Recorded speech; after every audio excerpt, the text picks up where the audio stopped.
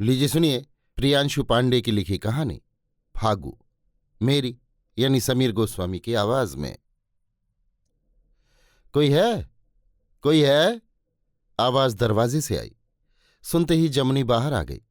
रूखे बाल, भीगे नेत्र, मैले कपड़े और फटे आंचल को संभालते हुए बाहर की ओर मुंह करके खड़ी हो गई। सामने देखा तो चमकते शर्ट पैंट में पंडित जी के लड़के खड़े थे। पंडित जी के लड़के जमनी को बचपन से जानते थे और पहले कभी उसे ऐसे हाल में नहीं देखा था।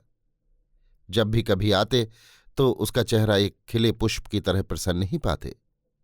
जमनी उनके लिए चारपाई बिछाती, मीठा पानी पूछती, पर आज ऐसा कुछ न था। पंडित जी भी हमेशा उससे आज्ञासूचक शब्दों में ही बातें करते, परंतु उस क्षण उन्होंने अपने बड़प्पन को नियंत्रित करके उसके मनोभाव को टटोलने की कोशिश में कहा, क्यों बिटिया, 2 दिन से तुम्हारे बाबूजी काम पे नहीं आए और तुम भी कहें तो कुछ ठीक नहीं लगती, क्या बात है? जमनी धीरे स्वर में बोली, पंडित चाचा, वो बाबूजी पैसों के इंतजाम के लिए बाहर गए हैं। पैसों का इंतजाम? किस लिए? और अभी तुम्हारी शादी को भी काफी समय है? पंडित जी ने चौंक कर पूछा। अम्मा की 13वीं के लिए। जमनी ने कहा।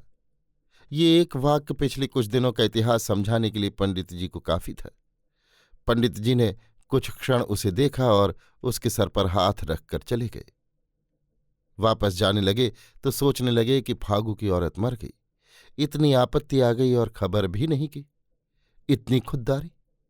ये सोचते अपनी गाड़ी की ओर बढ़ ही रहे थे कि उनको फागू का भाई पर्वत दिखा, जो 2 साल पहले से ही खेती बघारी अलग कर चुका था। पंडित जी ने आवाज लगाई, पर्वत, अरे ओ पर्वत भाई। पर्वत ने अपने पूर्व मालिक की आवाज सुनी तो दौड़ा चला आया। 2 साल पहले पर्वत भी अपने फागू भैया के साथ पंडित जी के घर काम पर जाया करता था, पर आपसी मतभेद की मार ये संगत ज्यादा न झेल पाई थी। कहिए पंडित भैया, भैया के घर की खबर तो लगी ही होगी। पर्वत ने कहा।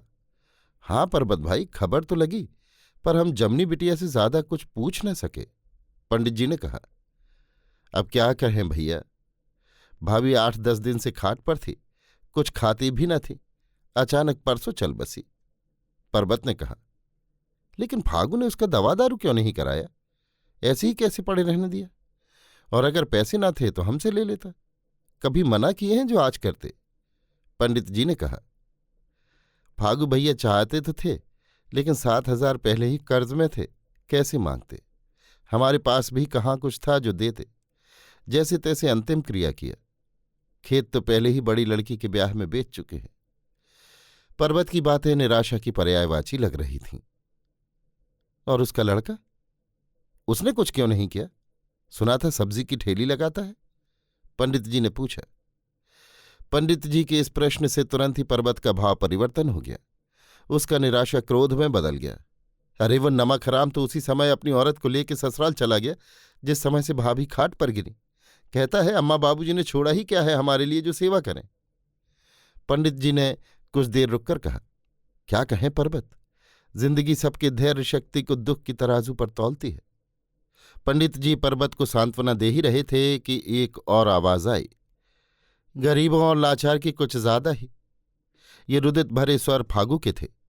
उसके हाथ में लाल पोटली थी जिसमें वो गहनों के बदले शहर से पैसे लेकर आया था। फागू?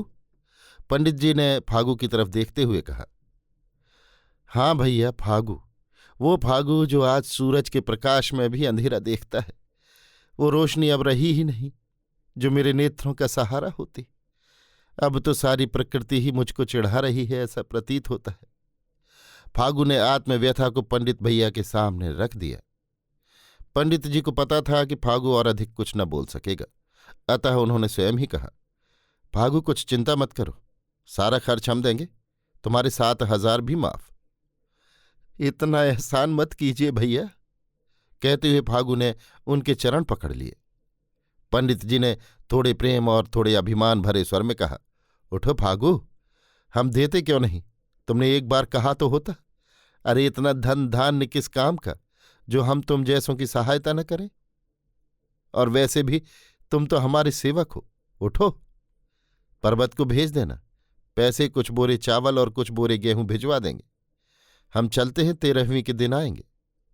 पंडित जी के इन शब्दों ने मानो फागू को अमृतपान करा दिया हो। उसकी अधीरता अब कमजोर हो चुकी थी। पर्वत ने कहा, पंडित भैया, आपको जाने में कहीं देर ना हो जाए। अब तो सूरज भी ढलने वाला है और थोड़ी दूरी भी है। हम नहीं चाहते कि आपको तनिक भी असुविधा हो। हमारी बातें सुनिएगा। देरी होगी और हम अपने देवता के असुविधा का कारण नहीं बनना चाहते। नहीं नहीं पर्वत भाई, हमारी चिंता मत करो, हम चले जाएंगे। और हमें देवता का दर्जा मत दो भाई, हम तो अपना औचित्य अदा कर रहे हैं। चलो अब चलते हैं, पर कल सुबह ही तुम आ जाना, पंडित जी ने मुस्कुराते हुए कहा। पंडित जी को विदा करके दोनों फागू के घर गए। जमुनी ने बाबूजी को देखते ही पकड़ लिया, जैसे 2 दिन के बाद उसकी अम्मा ही उसे मिल गई हो। फागू की आंखों ने जमुनी के रूखे बालों को थोड़ा नम किया। आज बाबूजी और बिटिया का मूक प्रेम अथाह प्रतीत होता था। पर्वत भी वहां खड़ा देखता रहा और बोला, भैया चलिए, हलवाई को भी कह आते हैं और पुरोहित जी को भी कहना होगा। हाँ हाँ चलो, जा जमनी कुछ खा ले। दिन बीतते गए, 13वीं भी संपन्न हो गई। पंडित जी की कृपा से ब्राह्मण भोज और दान पुण्य में भी फागू ने कोई कमी नहीं की। इधर पंडित जी की खेती बघारी का काम भी जैसे तैसे ही चल रहा था। फागू पर निर्भर जो थे, अब फागू पहले से सामान्य लग रहा था। पंडित जी ने फागू को निकट बुलाया और कहा, फागू, अब जब सब ठीक लग रहा है तो। इतना कहते ही फागू ने उन्हें रोक दिया। हम कल आ जाएंगे भैया, आप कह के हमें और छोटा न कीजिए। अरे नहीं नहीं, पर्वत को भी बुलाओ जरा, पंडित जी ने कहा। पर्वत, पंडित भैया बुला रहे हैं, फागू ने आवाज लगाई। पर्वत आया। उसके आते ही पंडित जी ने कहा, देखो पर्वत, हम चाहते हैं कि तुम भी अपने भैया के साथ काम पर आओ। अब सब मतभेद खत्म करो, साथ आओगे तो दूरी भी कम लगेगी। पर्वत ने हाँ कर दी और फागू की तरफ देखकर मुस्कुराते हुए कहा, हाँ, दूरी कम हो जाएगी, पहले की तरह। फागू अब कल सुबह की प्रतीक्षा में था, जब वो फिर से पर्वत के साथ काम पर आएगा और पंडित भैया का धीरे धीरे सारा ऋण चुकाएगा।